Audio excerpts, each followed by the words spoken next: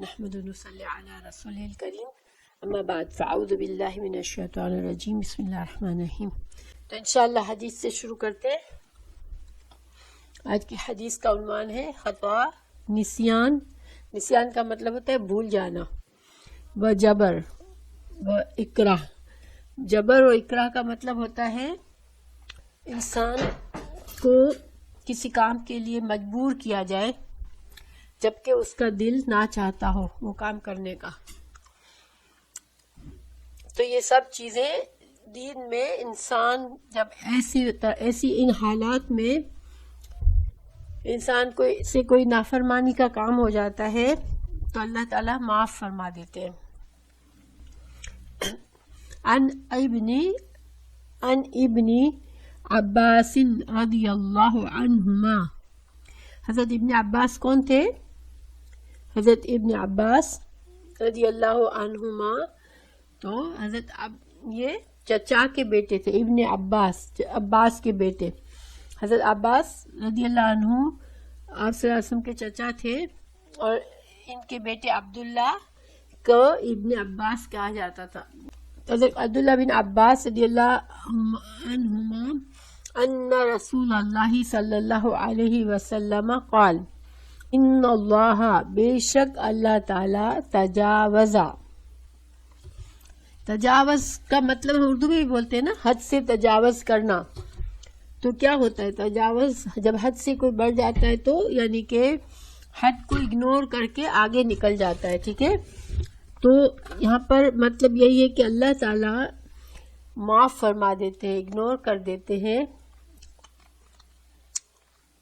ان اللہ تجاوز، اللہ تعالیٰ معاف فرما دیتے ہیں، لی، میری وجہ سے۔ رسول اللہ صلی اللہ علیہ وسلم نے فرمایا کہ اللہ تعالیٰ نے میری وجہ سے معاف فرما دیا، ان سے، امتی، میری امت سے۔ الخطا، خطا کیا ہوتی ہے؟ ہم اردو میں بھی خطا بولتے ہیں۔ خطا کا مطلب ہوتا ہے کہ انسان کا ارادہ تو نہیں تھا کچھ کرنے کا، غلط کام کرنے کا ارادہ نہیں تھا لیکن غلطی سے ہو گیا، بغیر ارادے کے ہو گیا۔ والنسیان، اور والنسیان، نسیان کہتے ہیں بھول جانا۔ انسان بھول جاتا ہے، اگر کوئی کام کرنا ہوتا ہے، اللہ تعالیٰ کا حکم ہے یہ کام کرنا ہے، ہمیں اس وقت کرنا ہے، جسے نماز پڑھنی ہے، اب انسان کے دماغ سے ہی نکل گئی، وقت نکل گیا نماز کا، بھول گیا انسان، تو اس کو نسیان کہتے ہیں۔ وما، اور جو، جن باتوں میں استکرہو، کراہا سے ہے۔ کراہا کا مطلب ہوتا ہے کہ ناپسند کرنا، انسان کراہت ہو، انسان کو کراہت محسوس ہو تو اس کو یعنی کہ کسی کو مجبور کر دیا جائے کسی کام سے جبکہ انسان کو اس کام کا بالکل دل نہیں ہو، اس کو استکرہو، اس کو کہیں گے کہ اس کو مجبور کیا گیا، علیہ، کسی کام پر۔ اوکے، تو یہاں پر تین چیزیں بتائی گئیں۔ ترجمہ پڑھتے ہم۔ سیدنا ابن عباس رضی اللہ عنہما سے روایت ہے کہ رسول اللہ صلی اللہ علیہ وسلم نے فرمایا اللہ تعالیٰ نے میری خاطر میری امت سے تین قسم کے کاموں اور گناہوں کو معاف کر دیا ہے۔ نمبر 1 خطا، نمبر 2 نسیان، اور نمبر 3 وہ کام جن کے کرنے پر انسان مجبور کر دیا گیا ہو تو وہ معاف کر دیتا ہے اللہ۔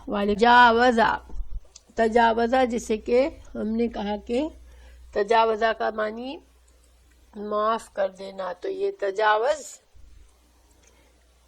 تجاوزہ معاف کر دینا۔ نسیان کہتے ہیں بھول جانا۔ نسیان کا جو مطلب ہوتا ہے انسان کی بھولنے کی عادت ہو یا انسان بھول جائے کوئی کام، اس کو نسیان کہتے ہیں، ٹھیک ہے۔ تو النسیان بھول،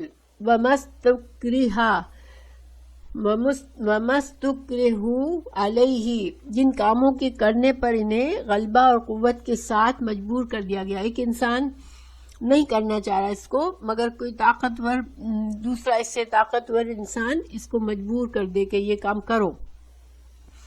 اب اس حدیث کی تشریح کیا ہے کہ اللہ سبحانہ تعالیٰ نے ہمارے لیے ایک آسان دین بنایا ہے، اور یہ اللہ کا اتنا بڑا احسان ہے۔ اللہ تعالیٰ نے فرمایا کہ لا یکلف اللہ نفسا الا وسعها، نہیں مکلف کرتا اللہ کسی نفس کو مگر اس کی وسعت کے مطابق۔ یہ آیت سورہ بقرہ کی ہے، اور اس کا کیا معنی ہے کہ اللہ تعالیٰ نے ہم پر دین کے احکامات فرض کیے ہوئے ہیں، ٹھیک ہے۔ اب ان احکامات کو ادائیگی کے لیے انسان کو اپنی پوری کوشش کرنی ہے، جتنا اللہ نے اسے ہمت، توفیق اور صلاحیت دی ہے وہ اچھے سے اچھا کر کے کرے ان کاموں کو۔ لیکن اب انسان کے اندر کوئی کمزوری ہے، انسان بیمار ہے، محتاج ہے، ہینڈی کیپ ہے، تو پھر اللہ تعالیٰ سیم لیول اس سے نہیں مانگتے۔ جیسے مثال کے طور پر نماز ہے اگر، تو نماز کا صحیح طریقہ یہ ہے کہ ہم کھڑے ہو کر نماز پڑھیں، زمین پر سجدہ کریں، رکوع کریں، ٹھیک ہے۔ لیکن اگر ایک بندہ کھڑا نہیں رہ سکتا تو بیٹھ کے پڑھ لیتا ہے، اور سبحان اللہ اس کی نماز قبول ہو جاتی ہے۔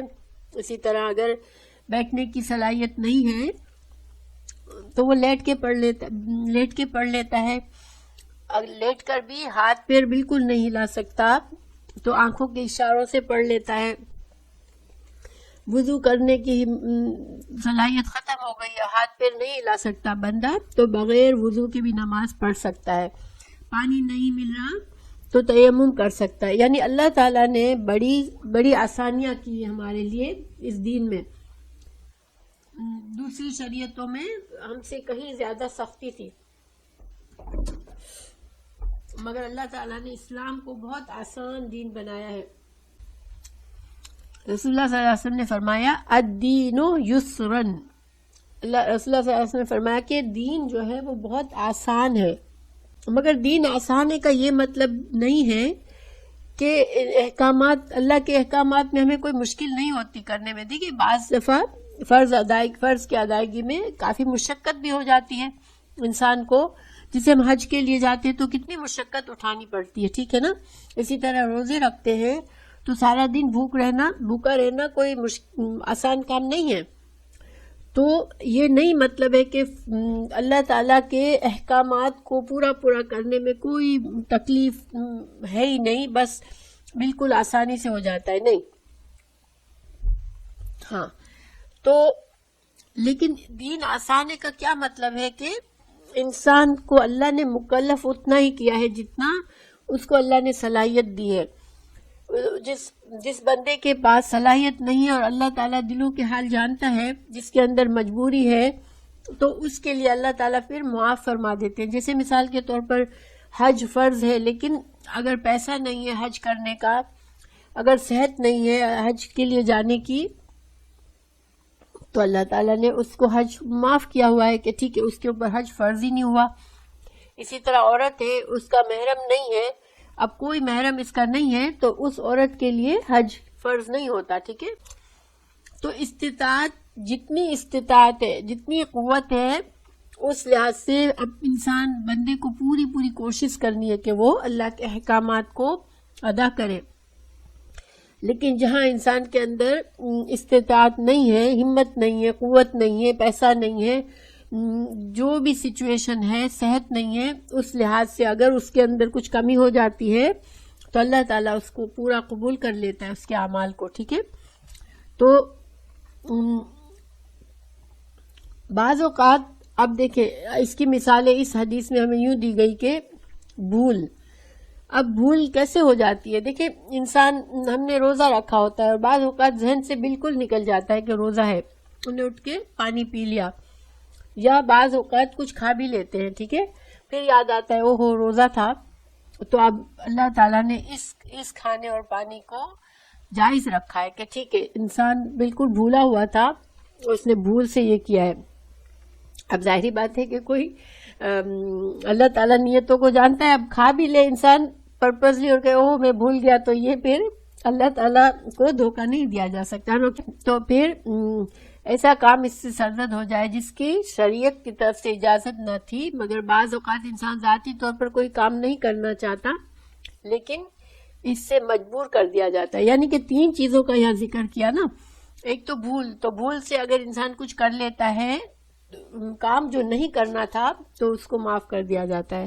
اچھا، دوسرا ہے خطا ہو جائے، غلطی، انسان کو پرپس نہیں تھا وہ کام کرنے کا اور اس سے وہ کام ہو گیا. اسی طرح اگر انسان کی نیت نہیں تھی، ارادہ نہیں تھا، لیکن مجبور کر دیا کسی نے اور اتنا مجبور کیا کہ انسان بے بس ہو گیا اور وہ کام کر لیا، تو پھر انسان کفر کا کلمہ بھی کہہ دے تو بھی انشاءاللہ اللہ تعالیٰ اسے معاف فرما دیں گے. تو اب ایک ایک چیز کو ہم دیکھتے ہیں.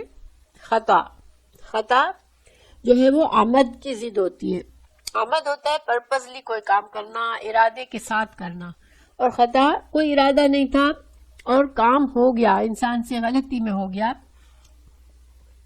تو خطا جیسے مثال کے طور پر انسان جنگ ہو رہی ہے اور کافروں کے ساتھ جنگ میں لڑتے ہوئے انسان سے غلطی سے کوئی مسلمان مارا جائے تو اب وہ معاف ہے. جیسے کہ جنگ احد میں ایک صحابی کو مسلمانوں نے ہی قتل کر دیا تھا مگر غلطی سے کیا تھا، ظاہری بات ہے، تو ان کو پکڑا نہیں گیا تھا.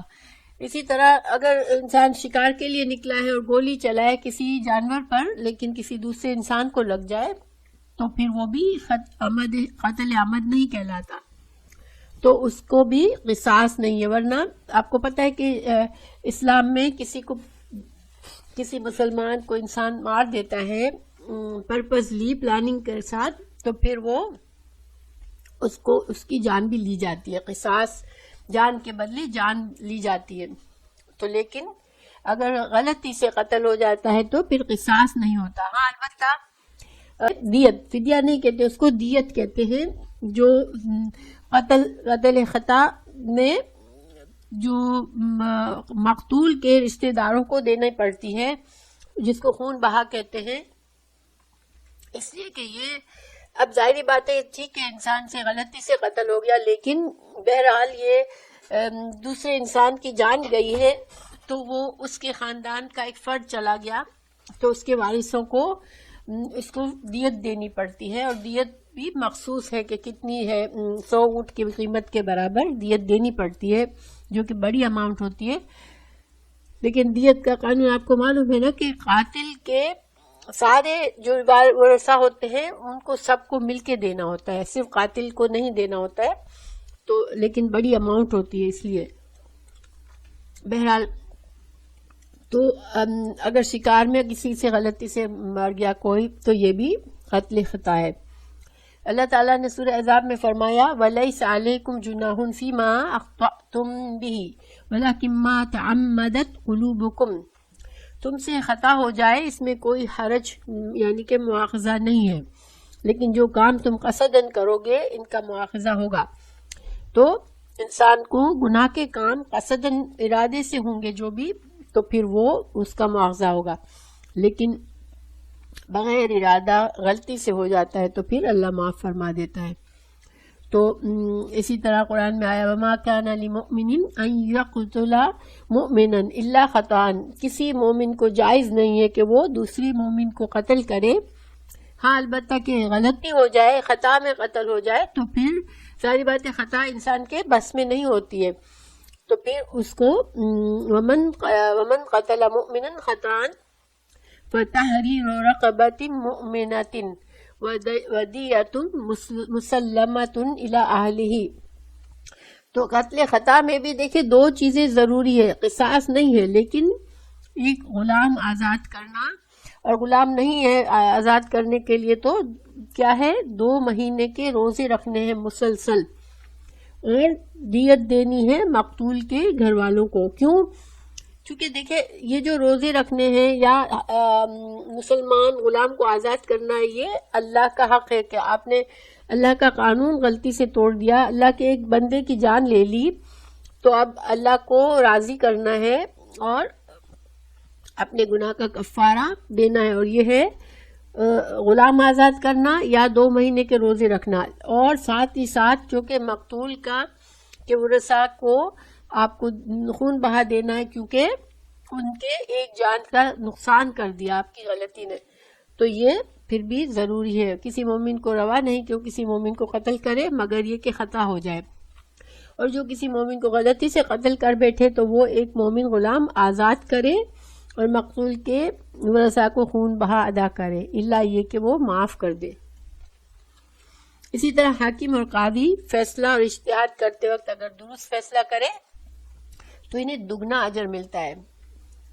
ایک مجتہد ہے جس سے فتویٰ لیا جاتا ہے، اب وہ پورا اپنی علم کے لحاظ سے اور پوری کوشش کے لحاظ سے اب اگر فتویٰ دیتا ہے، کوئی اور ہے بھی نہیں، دیکھیں جو مجتہد ہے اس کا فرض ہے کہ اگر اس کو علم نہیں ہے تو وہ کہہ دے کہ مجھے علم نہیں ہے، ٹھیک ہے، وہ جھوٹا فتویٰ نہ دے، اور اگر اس کو معلوم نہیں ہے لیکن کوئی اور ہے بھی نہیں اس ایریا میں جو مدد کرے، جو صحیح فتویٰ دے، تو پھر وہ مجتہد کیا کرے گا کہ اپنے علم کے مطابق پورے توجہ کے ساتھ غور و فکر سے مسئلہ بتائے گا۔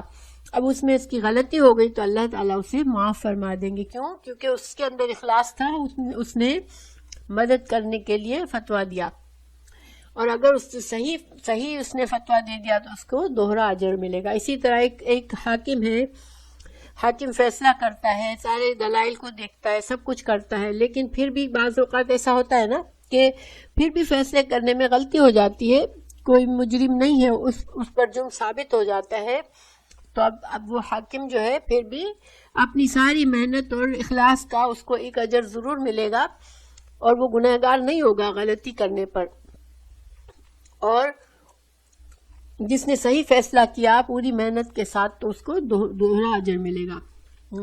یہ روایت ہے حدیث ہے اذا حکم الحاکم فاجتہد ثم اصاب فلہ اجران واذا حکم فاجتہد ثم اخطأ فلہ اجر۔ تو حاکم فیصلہ کرتے وقت اجتہاد کر کے صحیح فیصلہ کرے تو اسے دوگنا ثواب ملتا ہے، اور اگر اس سے خطا ہو جائے تو تب بھی اسے حق کی تلاش کا ایک ثواب ضرور ملتا ہے۔ اچھا، یہ تو تھا خطا کے بارے میں۔ اب نسیان، جیسے نسیان کا معنی ہوتا ہے بھول جانا، تو بھول چوک جو ہے اس کو نسیان کہتے ہیں۔ تو اب جیسے مثال کے طور پر میں نے بتایا کہ روزہ رکھا ہے اور اب روزے میں غلطی سے کھا لیا انسان نے تو روزہ ٹوٹ نہیں جاتا، حالانکہ پورا کھانا بھی کھا لے، اگر پورا گلاس پانی کا بھی پی لے اور پھر بعد میں یاد آئے پھر بھی روزہ نہیں ٹوٹتا۔ تو ایسی صورت میں انسان کا معاملہ درست ہے، کھانے پینے کا جرم نہیں، کیونکہ اس کے روزے کی طرف دھیان ہی نہیں ہے۔ ابو ہریرہ سے روایت ہے من نسی وهو صائم فاکل او شرب فلیتم فلیتم صومه فانما اطعمه اللہ وسقاه۔ جو بھول گیا اور اس نے روزہ رکھا ہوا ہے اور روزے میں اس نے کھا لیا یا پانی پی لیا تو روزہ اس کا نہیں ٹوٹا، وہ اپنا روزہ پورا کر لے، کیونکہ اس کو اللہ نے کھانا کھلایا ہے اور پانی پلایا ہے۔ اللہ تعالیٰ نے اس پر مہربانی کر دی کہ اسے اس وقت یاد نہیں آیا اور اس نے ٹھیک سے کھانا بھی کھا لیا اور پانی بھی پی لیا، بیکاز یہ اللہ سبحانہ تعالیٰ نے صدقہ کر دیا اس کے اوپر، یہ بھی اللہ کی رحمت ہے، سبحان اللہ۔ تو جس شخص نے روزہ رکھا پھر وہ بھول گیا، کھانا کھا لیا، پانی پی لیا، اسے چاہیے کہ اپنا روزہ مکمل کرے، اسے اللہ تعالیٰ نے کھلایا پلایا ہے۔ تو اسی طرح اگر آدمی کی نماز نیند یا نسیان کی وجہ سے رہ جائے، دیکھیں رات کو انسان سوئے اور اس نے پورا انتظام کیا ہو صبح اٹھنے کا، الارم بھی رکھا ہو، سب کچھ ہو، لیکن اب الارم نہ کام کیا، آنکھ نہ کھلی تو اس کی نماز نکل گئی۔ اب جب آنکھ کھلی اس کی تو سورج نکل آیا تھا، بس وہ اٹھے اور اسی وقت نماز پڑھ لے، یہ اس کی نماز ضائع نہیں ہوئی، ٹھیک ہے، یہ نماز قضا نہیں ہوئی، کیونکہ وہ جب سو گیا تھا تو اللہ تعالیٰ نے اسے معاف کر دیا، اس کے نماز کا وقت نکل جانا، اور جس وقت وہ اٹھا اس وقت اس نے نماز پڑھ لی۔ رسول اللہ صلی اللہ علیہ وسلم کے ساتھ ایک بار پورا دستہ تھا فوج کا، تو حضرت بلال کو آپ نے پوچھا کہ کوئی ہے جو کہ پہرا دے تاکہ ہم سو جائیں اور وہ ہمیں نماز کے وقت اٹھائے. حضرت بلال نے کہا ٹھیک ہے میں نماز کے لیے اٹھاؤں گا سب کو. سب سو گئے لیکن حضرت بلال کو بھی نیند آ گئی. تو سب کی آنکھ کھولی تو صبح جیسے سورج نکل چکا تھا. آپ صلی اللہ علیہ وسلم نے پوچھا حضرت بلال سے کہ کیا ہوا, تم نے کیوں نہیں اٹھایا؟ انہوں نے کہا جس نے تم سب کو سلا دیا اس نے مجھے بھی سلا دیا اور میں سب کو نہ اٹھا سکا. تو آپ صلی اللہ علیہ وسلم نے فرمایا, تو بہرحال اللہ تعالیٰ نے رسول اللہ صلی اللہ علیہ وسلم نے فرمایا, سب پریشان ہو گئے کہ ارے ہماری نماز مس ہو گئی. آپ صلی اللہ علیہ وسلم بالکل پریشان نہیں ہوئے. انہوں نے کہا ٹھیک ہے سامان اٹھاؤ, ہم اس جگہ سے چلتے ہیں اور ہم پھر دوسری جگہ جا کے نماز فجر جیسے سورج طلوع ہونے کے بعد ادا کی گئی. تو نیند جو ہے نا انسان کی, اس میں انسان کے حواس نہیں ہوتے. تو اسی طرح نیند کے اس پر ہم بے ہوشی بھی لے سکتے ہیں. انسان بے ہوش ہو گیا نماز کے وقت میں, اب بے ہوش رہا. حالانکہ نماز ایسی چیز ہے جو انسان بیمار ہے جب بھی ساقط نہیں ہوتی. انسان اپنی بیماری میں بھی پڑھتا ہے نماز, چاہے وہ نماز میں کمی کرتا ہے کہ اٹھ کر نہیں پڑھ سکتا, بیٹھ کے پڑھتا ہے, لیٹ کے پڑھتا ہے, لیکن نماز جب تک ہوش ہے انسان کے اندر, ایسی بیماری ہے کہ ہوش مند ہے, تو وہ نماز اس پر ساقط نہیں ہوتی. لیکن اگر بے ہوشی طاری ہو جاتی ہے تو نماز ساقط ہو جاتی ہے. پھر اگر بے ہوشی میں انسان لمبا عرصہ بھی رہا تو اس کی نماز اس سے ساقط ہوتی ہے. جب بھی پھر بے ہوش میں آئے تو نماز پڑھ لے. ٹھیک ہے, حضرت انس رضی اللہ عنہ کی روایت ہے, من نسی صلاۃ فلیصلیها اذا ذکرها لا کفارۃ لها الا ذلک. تو یہ مسلم کی حدیث ہے, جسے نماز بھول جائے اسے چاہیے کہ جب یاد آئے اسے وقت پڑھ لے. اس عمل کا یہی کفارہ ہے. مگر اب دیکھیں یہ بھی نہیں ہے کہ انسان ہر دوسرے تیسرے دن نماز کا وقت ہی بھول جائے اور پھر دوسرے وقت میں پڑھے. ٹھیک ہے, اس لیے کہ یہ لاپرواہی نہیں ہونی چاہیے انسان کی. بعض اوقات ہم بھول کیوں جاتے ہیں کہ نماز کا طرف ہمارا اتنا دھیان نہیں ہوتا ہے. ہمارا دھیان بہت زیادہ دنیا کی چیزوں میں ہوتا ہے. تو نماز کا وقت آیا اور چلا گیا اور ہمیں یاد ہی نہیں آیا. اب یہ اگر ہر دوسرے تیسرے دن ہونے لگا ہے تو پھر یہ ہماری لاپرواہی. ہاں بالکل, تو لاپرواہی سے بھول جانا یہ دوسری بات ہے. مگر بعض اوقات ایک بہت ریگولر نماز پڑھنے والا اور نماز کو اہمیت دینے والا بھی کسی وجہ سے بھول جاتا ہے تو اللہ تعالیٰ اسے معاف فرما دیتے ہیں. دوسری روایت ہے, اذا رقد احدکم عن الصلاة او غفل عنها فلیصلیها اذا ذکرها فإن اللہ یقول فاقم الصلاة لذکری. تو اس میں ہے یہ بھی مسلم کی روایت ہے, جب تم میں سے کسی کو نیند آ جائے یا وہ نماز سے غافل رہ جائے تو یہ جب یاد آئے اسی وقت ادا کر لے, کیونکہ اللہ تعالیٰ نے فرمایا میری یاد کے لیے نماز قائم کرو.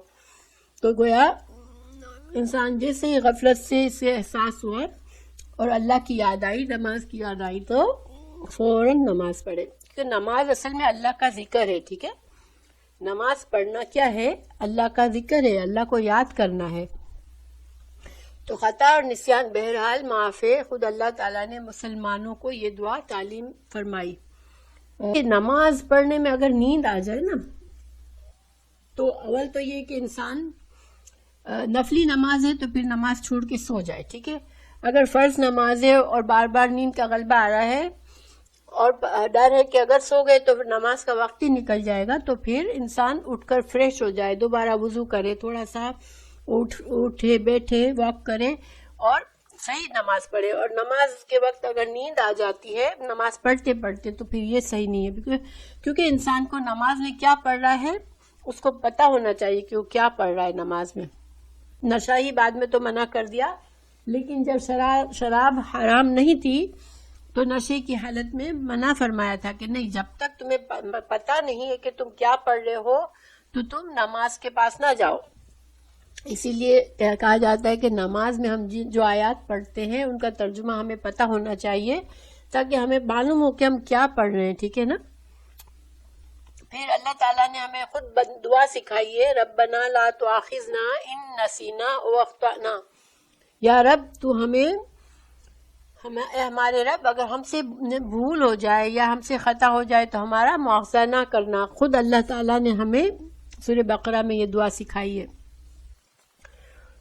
تو بہرحال انسان کو اپنی طرف سے غفلت نہیں کرنی چاہیے، لیکن انسانی کمزوری کی وجہ سے کبھی ایسا ہو جائے تو اللہ تعالیٰ معاف فرمانے والا ہے، اور پھر اوپر سے ہم دعا بھی مانگتے رہیں تو انشاءاللہ اللہ تعالیٰ ہمیں ہماری پکڑ نہیں ہوگی ان چھوٹی چھوٹی باتوں پر۔ پھر مجبوری کی صورت میں کیے گئے عمل، تیسری بات جو اس حدیث میں بتائی گئی ہے، ہاں بالکل، چونکہ انسان کمزور ہے اور انسان کے اوپر بعض اوقات صحت ہوتی ہے، کبھی کمزوری ہوتی ہے، کبھی صحت مند نہیں ہوتا انسان، تو یہ ساری چیزیں انسان کے ساتھ لگی رہتی ہے، اور اللہ تعالیٰ ان چیزوں سے غافل نہیں ہے۔ اللہ نے ہمیں بنایا ہے تو اللہ تعالیٰ ہماری کمزوریوں کو بھی جانتے ہیں۔ پھر مجبوری کی صورت میں کیے گئے عمل، اب اس حدیث میں تیسری بات کیا بتائی کہ انسان کو مجبور کر دیا جائے کوئی ایسا کام کرنے پر جو کہ ہماری شریعت نے جس کو منع کیا ہے اس کام کرنے پر، ٹھیک ہے۔ اب انسان کا دل نہیں چاہ رہا، لیکن کوئی اتنا پاورفل ہے، کسی کا اس پر غلبہ ہے کہ وہ مجبور ہو جاتا ہے، تو اب ایسے میں انسان کفر کا کلمہ بھی کہہ دیتا ہے تو بھی اللہ تعالیٰ اسے معاف فرما دیتے ہیں، کیونکہ اس کے دل جو تھا وہ ایمان بھرا ہوا تھا اس کے دل میں، مگر کسی نے اتنا مجبور کیا کہ اس کے پاس چوائس نہیں رہی تو اس نے یہ کیا، جیسے قرآن سورہ نحل میں ہے، من کفر باللہ من بعد ایمانہ الا من اکرہ وقلبہ مطمئن بالایمان ولکن من شرح بالکفر صدرا فعلیہم غضب من اللہ ولہم عذاب عظیم۔ جو شخص ایمان لانے کے بعد شرح صدر کے ساتھ اللہ تعالیٰ کے ساتھ کفر کرے تو اس پر اللہ تعالیٰ کا غضب ہوگا، یعنی کہ ایمان لے آنے کے بعد انسان اپنی کسی خواہش کی وجہ سے کفر کی بات کرے، کفر میں یا اللہ کا انکار کر دے یا کفر کر لے کسی طرح سے، اللہ جن باتوں کا ایمان کے لیے ضروری ہے ان کا انکار کر دے اور اپنی نفس سے اپنی خواہش سے کریں تو پھر اللہ کا غضب بہت سخت ہے اس کے لیے۔ لیکن اگر کسی کو مجبور کیا گیا اور اس کا دل ایمان سے بھرا ہوا ہے مگر اس کو مجبوری میں کفر کا کلمہ کہنے پر مجبور کیا گیا تو اللہ اسے معاف فرما دے گا۔ اسی طرح طلاق اور عتاق، طلاق کسی مرد کو مجبور کیا جائے کہ بیوی کو طلاق دے اور کوئی اتنا زیادہ اس پر اس کو غلبہ ہو کہ اس انسان کے پاس چوائس نہیں رہے اور وہ طلاق کا لفظ بول دے، یا غلام ہے کسی کے پاس غلام ہے اور کوئی اس کو مجبور کرے کہ غلام کو آزاد کر دو، تو یہ دونوں چیزیں واقع نہیں ہوتی۔ اگر انسان واقعی میں مجبور تھا اور اس کی مرضی نہیں تھی مگر اس کے اوپر فورس کیا گیا تو وہ پھر طلاق نہیں ہوتی، ٹھیک ہے۔ لیکن یہ حدیث لا طلاق ولا عتاق فی اغلاق، طلاق اور عتاق ہے غلام کو آزاد کرنا، تو طلاق اور عتاق اکراہ کی صورت میں واقع نہیں ہوتے، اس صورت میں ان کی کوئی حیثیت نہیں۔ لیکن بعض اوقات دیکھیں ایسا ہوتا ہے کہ کسی کے گھر والے کوئی شادی کرے، اب اس کے گھر والے اسے فورس کر رہے ہیں مسلسل کہ نہیں اس کو طلاق دو، اب وہ گھر والوں کی راضی کرنے کے لیے کہ ٹھیک ہے اب یہ مجھ سے راضی ہو جائے اور وہ اس کو طلاق دیتا ہے اپنی بیوی کو تو طلاق ہو جاتی ہے، ٹھیک ہے، کیونکہ اس نے بات مانی اپنے والدین کی یا کسی بھی بڑے کی یا کسی بھی شخص کی، صرف اس کو خوش کرنے کے لیے اس نے طلاق دیا۔ اب یہاں پر اکراہ نہیں رہا، اس کی کمزوری ہے اس انسان کی کہ اس کی ذمہ داری ہے اس بیوی پر، اب اس نے اس کا حق مارا، اس کو طلاق دیا تاکہ دوسری کو خوش کرے تو طلاق ہو جاتی ہے۔ تو اس کے لیے یہاں پر تو دیکھیں دوسری جو مثال ہے کہ انسان کو اس کا جرم نہیں ہے، اس کے رفع القلم عن ثلاثة، یہ ایک حدیث ہے، عن النائم حتی یستیقظ وعن الصبی حتی یحتمل وعن المجنون حتی یعقل. 3 چیزوں پر اللہ تعالیٰ پکڑ نہیں کرتا، 3 لوگوں پر. ایک جو ہے سو جائے انسان، سونے والا انسان، اگر سوتے سوتے اس کی نماز مس ہو گئی یا سونے میں کچھ ہو گیا اس سے غلط کام، تو اس کو معافی ہے، ٹھیک ہے. دوسرا، ایک بچہ جب تک وہ بالغ نہ ہو جائے بچے کے گناہ معاف ہیں. اسی طرح مجنون، اگر کسی انسان کا توازن، ذہنی توازن ہٹ گیا ہے اور وہ عقل کھو بیٹھا ہے، تو جب تک اسے ہوش نہیں آتا اس کا حساب کتاب نہیں لکھا جاتا. 3 چیزوں کے 3 سچویشن میں ہمارے اعمال نامے میں گناہ نہیں لکھے جاتے اس دوران، ٹھیک ہے. ایک جب سویا ہوا آدمی ہے، ایک بچہ ہے یا ایک مجنون ہے، پاگل ہے، تو اس کے گناہ نہیں لکھے جاتے. اب مثال کے طور پر حضرت عمر، عبداللہ بن عمر جو تھے، حضرت عمر رضی اللہ عنہ کے بیٹے، انہوں نے شادی کی، انہیں اپنی بیوی سے بہت محبت تھی، لیکن حضرت عمر نے ان کو فورس کیا کہ اس کو طلاق دو. اب حضرت عمر ماشاءاللہ اتنے بڑے صحابی تھے اور ان کو دین کی بڑی سمجھ تھی. انہوں نے اس عورت میں کوئی ایسی خرابی دیکھی ہوگی جو کہ انہیں لگا کہ ان کے بیٹے کے دین کے لیے، ایمان کے لیے یہ عورت اچھی نہیں ہے، تو انہوں نے اس کو کہا کہ تم اس بیوی کو طلاق دے دو. مگر حضرت عبداللہ بن عمر اس کو طلاق نہیں دینا چاہ رہے تھے. تو آپ رسول اللہ صلی اللہ علیہ وسلم کے پاس گئے اور کہا، یا رسول اللہ، مجھے میرے والد زبردستی کر رہے ہیں کہ میں اپنی بیوی کو طلاق دوں، جبکہ میں طلاق نہیں دینا چاہتا ہوں. تو رسول اللہ صلی اللہ علیہ وسلم نے فرمایا کہ اپنے باپ کی بات پر عمل کرو. تو انہوں نے پھر طلاق دے دی، چونکہ اب رسول اللہ صلی اللہ علیہ وسلم نے بھی حضرت عمر کا ساتھ دیا. تو اس صورت میں اب ہو سکتا ہے، ظاہر اللہ کے رسول صلی اللہ علیہ وسلم اور حضرت عمر بن فاروق اتنے بڑے بڑے صحابی تھے، حضرت عمر فاروق اتنے بڑے صحابی تھے، اللہ کا رسول صلی اللہ علیہ وسلم کا اتنا مرتبہ ہے، ظاہر ہے آپ کو نالج ہے، آپ کے علم ہے.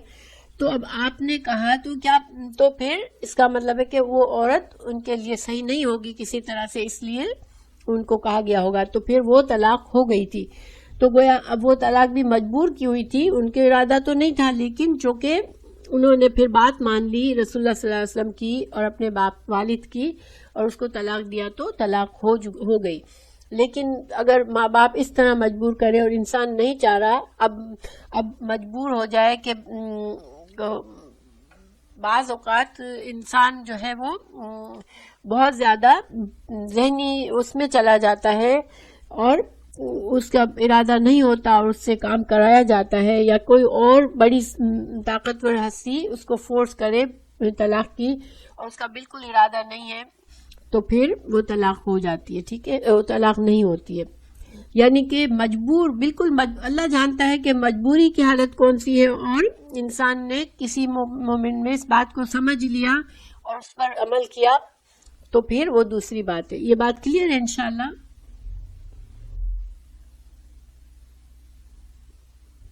نہیں، فصیح یہ صحیح نہیں ہے. دیکھیں، ہر باپ حضرت عمر فاروق کے درجے کا نہیں ہوتا ہے، ٹھیک ہے. اب باپ کے بھی ضروری نہیں کہ ہر باپ کے دل میں بیٹے کے دین کی بہتری کی وجہ سے ہو، ٹھیک ہے نا. لیکن حضرت عمر فاروق کے دل میں اپنے بیٹے کے ایمان کی فکر تھی، تو وہ انہوں نے دیکھا کہ بعض عورتیں ایسی ہوتی ہیں جو کہ کافی افیکٹ ہوتا ہے شوہروں پر ان کا. تو انہوں نے، جیسے کہ حضرت ابراہیم علیہ السلام نے بھی اپنے بیٹے سے کہا تھا کہ اسے طلاق دے دو. آپ لوگوں نے یہ واقعہ سنا ہوگا کہ حضرت ابراہیم علیہ السلام جب حضرت اسماعیل علیہ السلام کو مکہ میں بچپن میں چھوڑ کے چلے گئے تھے، پھر آپ ان کے پاس جاتے رہتے تھے. تو ایک بار گئے تو وہ گھر پر نہیں تھے، ان کی بیوی تھی. تو بیوی سے پوچھا کہ کیا حال چال ہے، کیسی گزر ہو رہی ہے. تو اس سے بڑی شکایتیں کی کہ بڑی تنگ دستی ہے، بڑی مشکل ہے، بڑا یہ ہے وہ ہے، یعنی کہ بہت ہی منفی باتیں کی. تو حضرت ابراہیم علیہ السلام نے کہا کہ اپنے شوہر سے کہنا کہ اپنے گھر کی چوکھٹ کو بدل دو، یہ چوکھٹ صحیح نہیں ہے. تو حضرت اسماعیل علیہ السلام آئے تو انہوں نے بتایا ان کی بیوی نے کہ ایک بزرگ آئے تھے اور اس طرح کے تھے اور اس طرح سے باتیں کی. تو انہوں نے کہا یہ تو میرے والد تھے.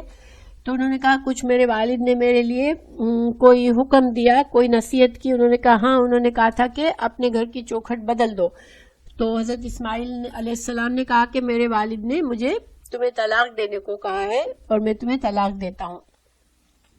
پھر انہوں نے دوسری عورت سے شادی کی۔ تو کچھ عرصے کے بعد پھر حضرت ابراہیم علیہ السلام آئے، تو انہوں نے بیوی وہی واپس دوبارہ وہی معاملہ ہوا کہ حضرت ابراہیم علیہ السلام گھر پر نہیں تھے۔ تو بیوی سے پوچھا کہ کیسے حال چال ہے، کیسی گزر بسر ہو رہی ہے؟ تو انہوں نے کہا اللہ کا شکر ہے، سب خیریت ہے۔ وہ بڑی اچھی مثبت باتیں کی۔ تو حضرت ابراہیم نے کہا کہ تم اپنے شوہر سے کہنا کہ تمہارے گھر کی چوکھٹ بہت اچھی ہے، اس کو سنبھال کے رکھنا۔ تو یہی جب انہوں نے یہ سنا حضرت اسماعیل نے، تو فرمایا کہ میرے والد نے تم کو پسند فرمایا ہے اور کہا ہے کہ میں تم کو اچھی طرح رکھوں۔